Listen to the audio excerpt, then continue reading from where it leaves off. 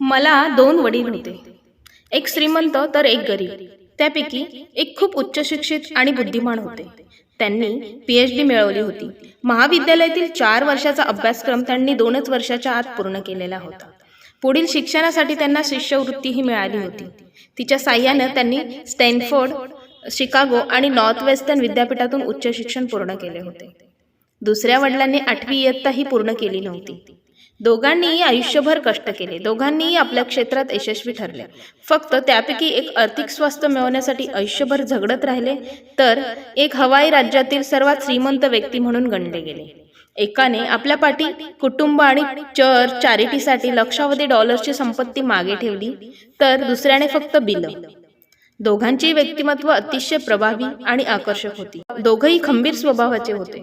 त्यांचा लोकांवर प्रभावही पडे. या दोन्ही डॅडनं मला त्यांच्या अनुभवातून आलेल्या गोष्टी सांगितल्या. मागितल्यावर सल्लेही दिले. दोघांचे सांगणं वेगवेगळं होतं. दोघांचाही शिक्षणावर ठाम विश्वास होता.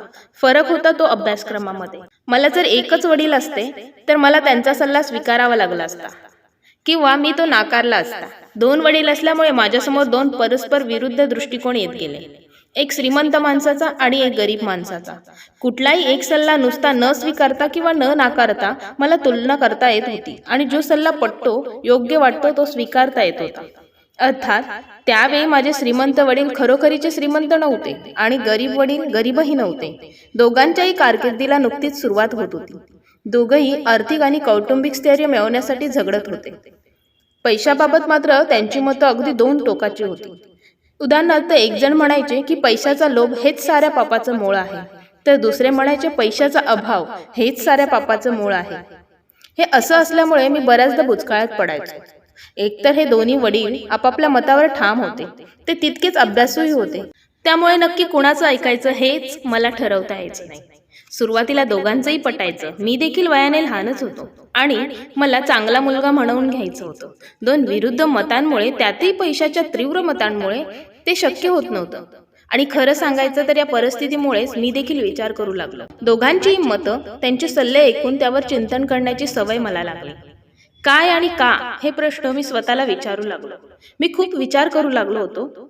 माझ्या मोकळ्या वेळातला बहुतेक वेळ हा ते असं का म्हणत असावेत याचा विचार करण्यात जायचा. या वडिलांच्या विधानावर विचार करून झाला की मी त्या वडिलांच्या बोलण्याचा विचार करायचो.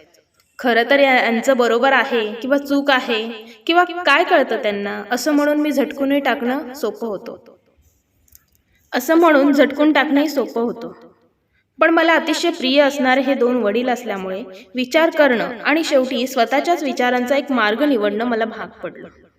निवड करणं, मत स्वीकारणं किंवा नाकारणं ही मोकळीक मला भावी आयुष्यात खूपच उपयुक्त पडली. श्रीमंत अधिक श्रीमंत होतात, गरीब अधिक गरीब होतात आणि मध्यमवर्गीय देण्यांशी कायम झगडत असतात. याचं कारण आहे आर्थिक शिक्षणात. आपल्याकडे शाळा कॉलेजमध्ये हा महत्त्वाचा विषयच शिकवला जात नाही. तो शिकवला जातो घरात. बहुतेक सारेजण हा अतिशय महत्त्वाचा विषय आपल्या पालकांकडूनच शिकतात. गरीब पालक आपल्या मुलाला पैशाबद्दल काय सांगतात? ते फक्त सांगतात, शाळेत जा, भरपूर शिक. मग ते मुलंही त्यांनी सांगितल्याप्रमाणे शाळेत जातं, भरपूर अभ्यास करतं, चांगले गुण मिळवतं आणि आयुष्यात पुढे जात राहतं. ते आपल्या पालकांचा अर्थविषयक दृष्टिकोन आणि मनोभूमिका घेऊनच. ती काही बदलत नाही. ते लहानपणीच शिकलेलं असतात. पैशाबद्दल शाळेत शिकवलं जात नाही. शाळा कॉलेजांमध्ये मुलांचं शैक्षणिक आणि व्यावसायिक कौशल्य वाढवण्यावरच भर असतो. सगळ्यात महत्त्वाचा विषय आर्थिक कौशल्य हा गृहीतच धरलेला नाही. अधिक उत्तम बँकर्स किंवा डॉक्टर्स शाळेत उत्तम गुण मिळवत असले तरी बाहेरच्या जगात काय? तिथे ते उत्तम आर्थिक स्थैर्य मिळवण्यासाठी आयुष्यभर झगडतच राहतात.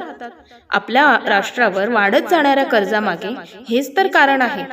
राष्ट्रीय पातळीवर कार्यरत असणारे नेते आणि अधिकारी शैक्षणिक दृष्ट्या कितीही उच्च शिक्षित असले तरी अर्थविषयक बाबींचे त्यांच्याकडचं ज्ञान हे तोकडच असतं. आज लक्षावधी लोक आर्थिक आणि वैद्यकीय गरजांसाठी सरकार किंवा त्यांच्या कुटुंबावर अवलंबून आहेत. त्यासाठी मेडिकेअर किंवा सामाजिक सुरक्षतेसारख्या सरकारी योजनाही आहेत.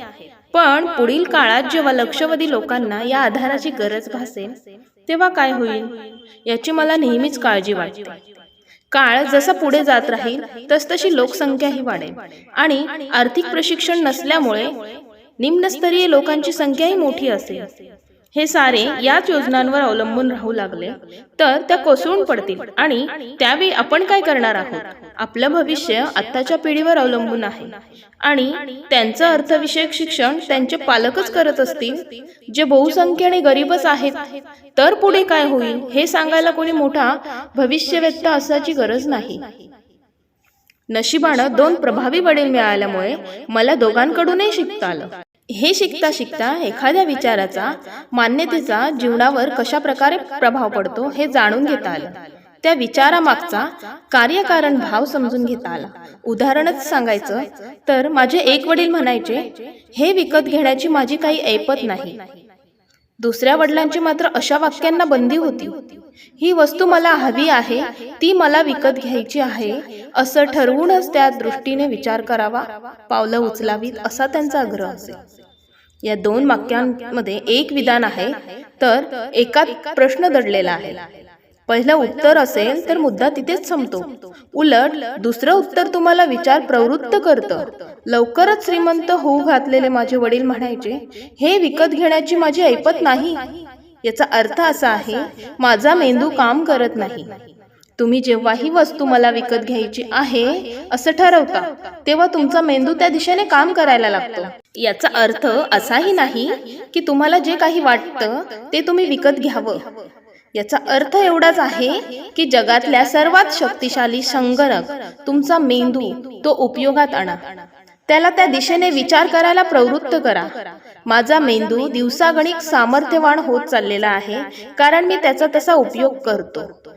तो जेवढा सामर्थ्यवान होईल तेवढे जास्त पैसे मी कमवेन, ही विकत घेण्याची माझी ऐपत नाही. हे वाक्य तुमचा मेंदू आळशी असल्याचं लक्षण आहे असं त्यांचं ठाम मत होतं. माझे हे दोन्ही वडील प्रचंड कष्ट करत. त्यांच्यात एक मोठा फरक होता, तो म्हणजे पैशाची गोष्ट आली की एक वडील आपला मेंदूला डुलकीत घेऊ देत तर दुसरे त्याला अंग झाडून कामायला लावत. त्याच्याच परिणाम स्वरूप एक डॅड गरीब राहिले आणि एक श्रीमंत झाले. एक माणूस नियमितपणे व्यायाम करतो आणि दुसरा सोफ्यावर लोळत टीव्ही पाहतो. तसाच हाही प्रकार. योग्य व्यायामामुळे आरोग्य चांगले राहतं, तसंच मेंदूला व्यायाम दिल्यामुळे संपत्ती चांगली राहते, वाढते. आळस केला की आरोग्य आणि संपत्ती या दोन्हींचा ऱ्हासच होतो.